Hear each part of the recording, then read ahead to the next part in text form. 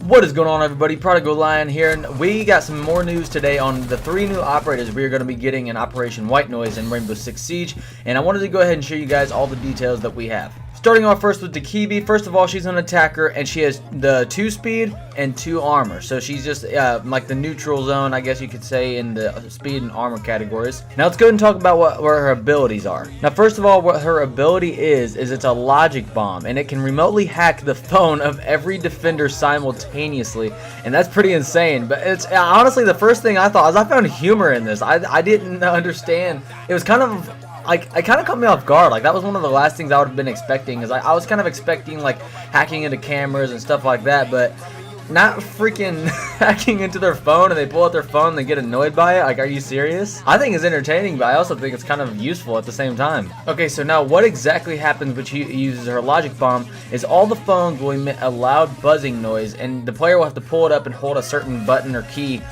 to make it stop, for it to stop being annoying, I guess. So basically, the loud buzzing noise is going to give away their position, and either they can just keep letting it ring and give away their position, or they can hold down a button or key to make it stop. But in that time of holding down the button or key, obviously, Dakibi could definitely take advantage of the distraction. And on top of that, when she uses her logic bomb, it also disrupts the camera surveillance, which is not like it completely knocks out the cameras, but it does knock it out temporarily. I'd guess for a few seconds if I had to guess, but it doesn't knock it out permanently, but it does do temporarily.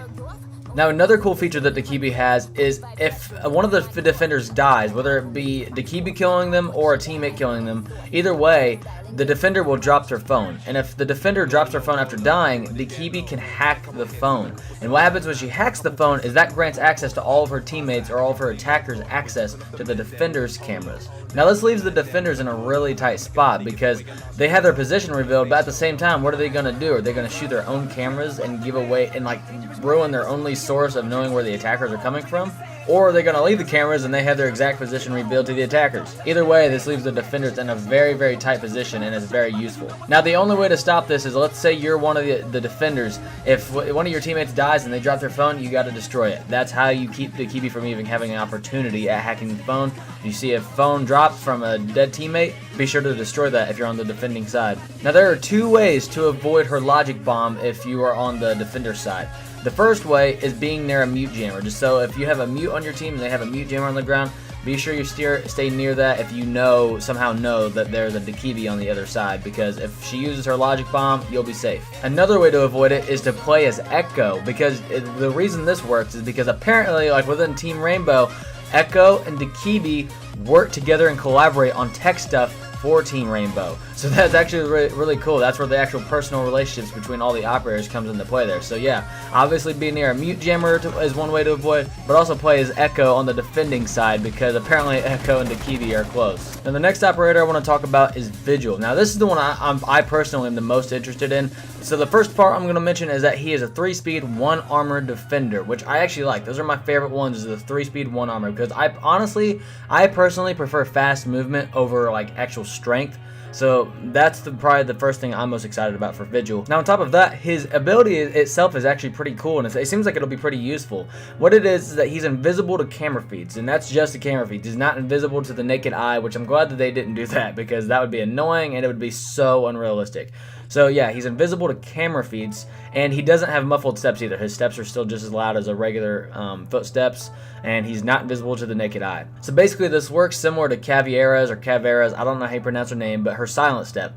And it works very similar to hers, as to it doesn't last like very long. Like, it has a set amount of time or a set bar limit of how long they can do it, of how long he can be invisible to camera feeds, and then I'd imagine that once it runs out, it'll refresh over a certain amount of time. So this whole thing will cause a visual interface pattern on any feed it affects, whether it be a drone or one of the surveillance cameras.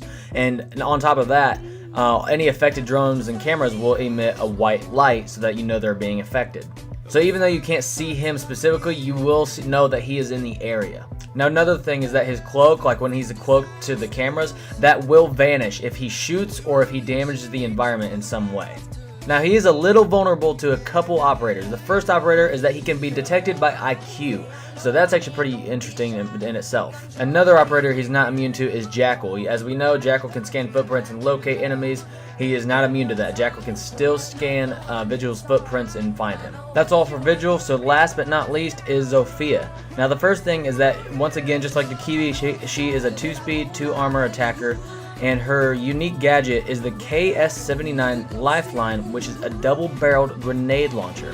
One chamber has impact grenades, and the other chamber has concussions, which honestly, this sounds badass to me. It sounds like this is gonna be a really good operator in my opinion. Now these impact grenades and concussion grenades, they can't be shot at the same time, but they might as well be able to, because all it takes is the press of a button or a press of a key to be able to switch between which barrel you're going to be firing.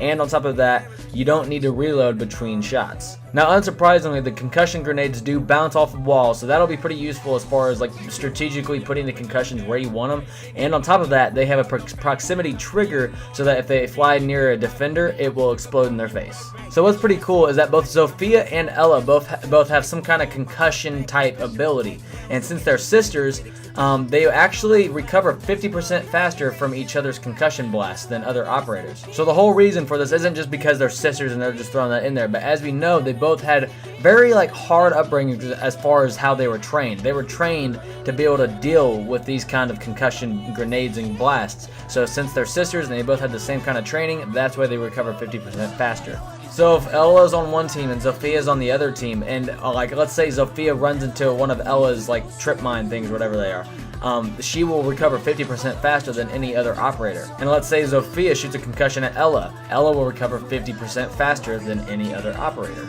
So while all that sounds cool, honestly this is something so little, but for some reason I like it so much. Zofia can pick herself back up from a down but not out state once per round, which the catch to this is she will only have 1 health point remaining, but still, nonetheless, she can pick herself back up. So yeah, honestly, that is all the notes for all the new operators, but honestly, they sound really good to me. Every single one sounds so good, and as we saw at the very beginning of this little video from Ubisoft, we also got a little sneak peek of the new map, which also looks pretty badass. So honestly, I was already hyped for this whole Operation White Noise, but I'm even more hyped. This seems like this could be one of the better operations as far as the additions of maps and operators. So yeah, it seems like the new map and all the operators are going to be really good and very useful. I'm excited. If you guys are too, let me know down in the comments what you guys think of all the new operators. Leave a like on this video and subscribe for more Rainbow Six Siege content, and I will see you guys in the next video.